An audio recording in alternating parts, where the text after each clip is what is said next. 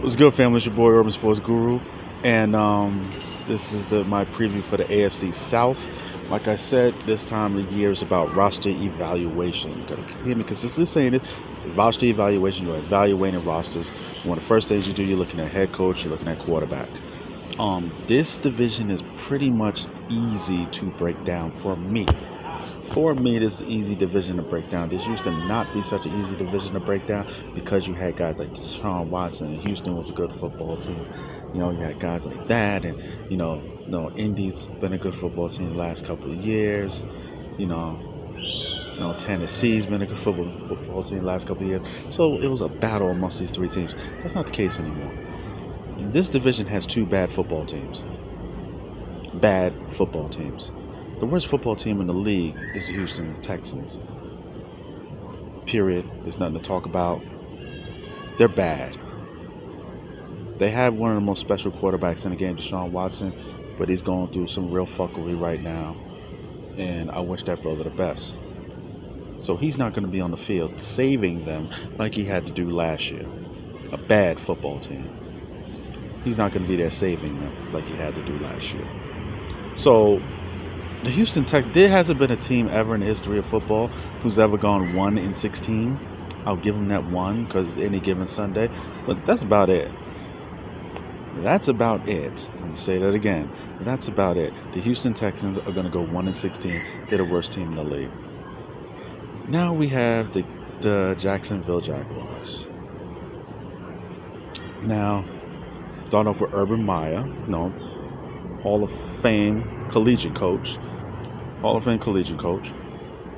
From Florida, winning championships, to Ohio State, winning championships. Hall of Fame collegiate coach, great coach. Now he's in the NFL. He's already made some questionable moves. He already has, the whole Tebow situation. I'm a Tebow guy. I am a Tebow guy. I've always been a Tebow guy. I always will be a Tebow guy. But the jury's out on how effective a head coach in the National Football League he's going to be. And I don't want to see his shortcomings hurt what they have at quarterback in Trevor Lawrence. Trevor Lawrence, I think, is a special, special talent at quarterback. There's a reason why he was rated as high as he was. People saying he's the highest rated quarterback since Andrew Luck. Some saying the highest rated quarterback since Peyton Manning. And I have no argument to any of those. I have nothing to rebut any of those arguments. I think he's that talented, arm talent, athleticism, can move, especially now in today's level of football, the way he can move. I do think he's slender and light in the ass, which means it makes me more fearful with the hits he takes. He took a lot of hits in college, a lot of them self-inflicted. Just trying to be a tough guy, not sliding, and I think that's a problem. But now I see him on a team that doesn't seem to know how to protect him. I just went to the whole soliloquy about what happened. We just saw this happen to last year's first round pick, number one pick, and Joe Burrow. We just saw this. We just saw this movie. I don't want to see this happen to him because Jacksonville is a bad football team. One thing Jacksonville can do, they can run the football. Travis Etienne is injured, but they did have a running back who ran for some yards. Rely on that run game, be entertaining, and protect your quarterback. This division has two bad teams. Those are those two bad teams. Now we have Indy with Carson Wentz.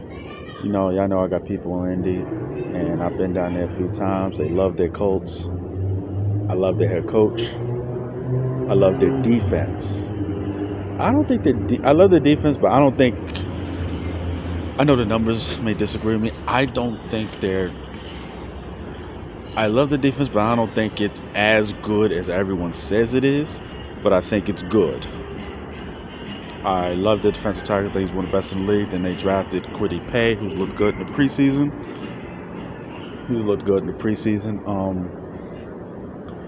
However, Carson Wentz has looked bad these last 2 years. Now he's playing with a team that has one of the best O lines in football, have the best guard in football. in at left guard. I'm forgetting his name out of my squad, Notre Dame. Uh, he has good skill position players, and the running back that I told y'all last year was going to be a steal. And what did he do? Ran for 1,000 plus. You know, it's all on Carson Wentz, and I can't say I'm sold on Carson Wentz. And like I told y'all, I do think the vaccine shit is going to be an issue for football teams because it's going. It wouldn't surprise me if it brings up issues in the locker room. If everyone else is vaccinated and not you, it's going to end up bringing up issues. What if you end up missing a game because of COVID protocol? What if you end up missing games because you're still getting infected? I do think it might be an issue. I do think, and because of that, I don't see Indy making the playoffs. And it's going to make Carson Wentz look real bad because this team with old man Phillip Rivers made the playoffs last year, and ball bouncing a different way, a couple of bounces going another way, they would have won that game. They win that game. So they beat Buffalo. A couple of breaks go their way. So I think it's going to look bad. I think it's going to look bad. Everybody else is optimistic. I'm not. I need to see it.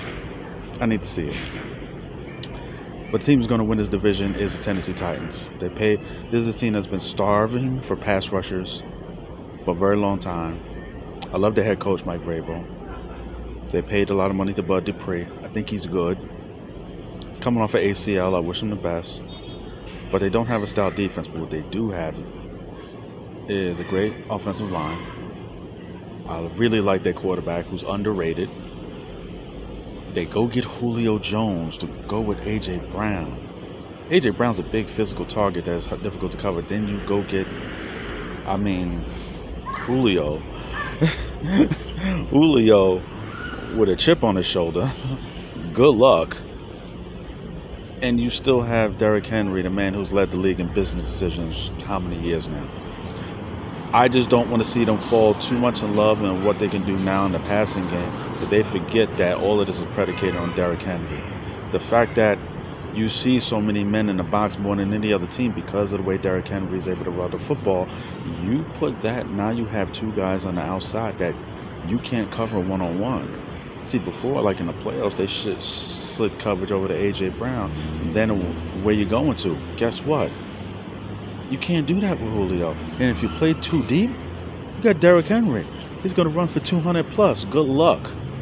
So that offense is going to make the defense look better than what it actually is, and they will win this division and make it to the playoffs. This to me is the easiest division to predict. The easiest division. That's my take. It's your boy, Urban Sports Guru. Hit subscribe. See me in the likes. See me in the comments. I'm out.